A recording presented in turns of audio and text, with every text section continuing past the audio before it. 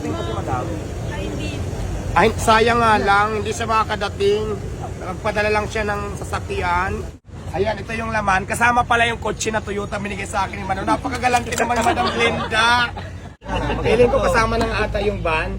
So maraming salamat po kay Madam Glenda. Once again, nagpapasalamat ako sa Madam Glenda. Mabuhay ka. Na-appreciate ko lahat ng tulong mo sa akin. Malaking bagay ito para sa tindahan ko. So maraming salamat sa iyo ulit. Ayan guys, medyo may tumawag sa atin ngayon dahil may nagbibigay na naman ng mga kagamitan natin dito sa Parisan. Tingnan natin kung sino. Tara! Tingnan natin kung ano itong mga pinadala sa atin at saka kung sino ang nagbigay. Ang init pala. Uy, papicturan. Dali lang. Ano pa yung mga dala nyo?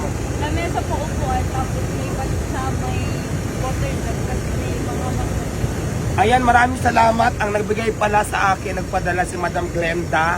Siguro naman marami nakakilala kay Madam Glenda. No, ito yung may-ari na skincare. Siya yung may-ari sa Madam Glenda. So, nabigay ng tent, lamisa, mga upuan, may planggana, at kung ano-ano pa. Diyos ko, baka may kasama pa itong lalaki package.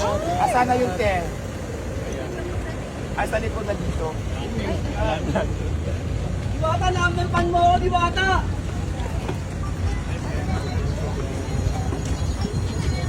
Ayan guys, kasama po yung isang van na high ace. Binigay po sa akin ni Madam Glenda. Maraming salamat. Ito pala isang Toyota, ay isang high ace. Tapos, yung laman, ayan, ito yung laman. Kasama pala yung kotse na Toyota binigay sa akin ni Madam. Napakagalante naman ni Madam Glenda. Maraming salamat sa ito, my friend. Tapos ito, maplanggana. Bigyan na din po pala may polo. Ayan. Tsaka Lahat yan kasama na po yung kotse, binigyan ako. Ayun naman, palakpakan mo naman sa Madam Glenda. Laki naman ang binigay mo sa akin. Sa kotse pa lang, sa van pa lang, naku, palong-palong na ako. Oo. Parating pa si Madam. ay, hindi. Ay, sayang nga lang, hindi siya makakadating. Nagpadala lang siya ng sasakyan. Binigyan niya ako ng van, yung high-is na to. At saka yung laman nun. Maraming salamat, Madam Glenda. Napakagalante mo naman. Sabagay kasi si Madam Glenda, napakamayaman na yan ngayon. So, maraming salamat, Madam. Basta natin lalagay. Ito na yon. Ibababa na yung isang buhay ng 20. Dito na lang siguro. Maraming salamat sa team. Diwata team. Diwata team na rin ako. Bababa na lang, Pasuyo. Kabugira! Parang ako puro... Maraming salamat. Mabuti nga padalhan ako ng corona ni Ma'am Glenda. Maraming salamat sa crown na ito. Napakabigat pala ng crown.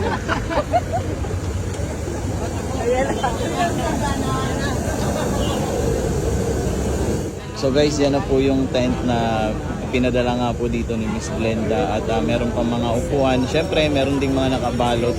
Sabi mga polo daw yan. Ilalatag na natin yung mga lamisa.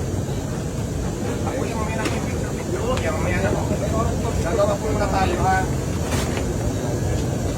At ilalalaman yung mga patay.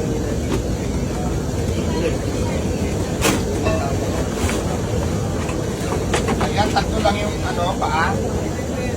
Tatlo lang yung paa.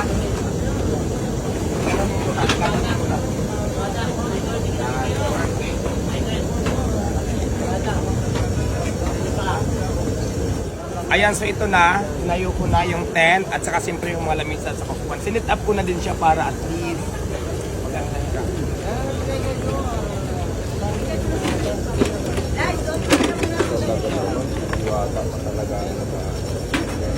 At syempre may mga damit din. Dito. May damit din siya. Pero malaki. Malaki ang damit. Wow. Sana may kapag-ibigyan. Bata, ay tagulat na ako ng plato. So ayan, kompleto na po. May planggana. May ganitong uniform. So tara na, maglalaba na ako. Tapos syempre hindi. Maraming salamat, Ma'am Glenda. Dito sa mga binigay mo. Lamisa, planggana, sangkalan, containers, saka tent. Thank you so much. Malaking bagay ito dito sa aking tindahan. Malaking tulong ito para sa akin. At syempre, pana-appreciate ko po yung inyong kabutihan na inyong binahagi sa akin. Maraming salamat. At saka may mga damit pa to, no? May mangkok, tapos mayroon din mga apron. So maraming salamat. Complete package po ang binigay mo sa akin. Tapos yung van, may van, ano kasama yung van? kasama yung van. So, i-describe ko naman mamaya kung hanggang sa abot yung van. So, abangan nyo yan. Gusto ko lang ulit pasalamatan si Madam Glenda. Siya yung may-ari ng skincare. May-ari ng, alam nyo naman kung ano skincare yung kay pag may-ari ni di ba ni Madam Glenda. Maraming salamat. So binigyan tayo ng damit, apron, tent, planggana, upuan, lamisa, sangkalan. So maraming salamat. Hindi ko alam kung kasama yung van eh. Hindi ako masyadong sure. Sana sinama na, no? Feeling ko kasama na nga ata yung van.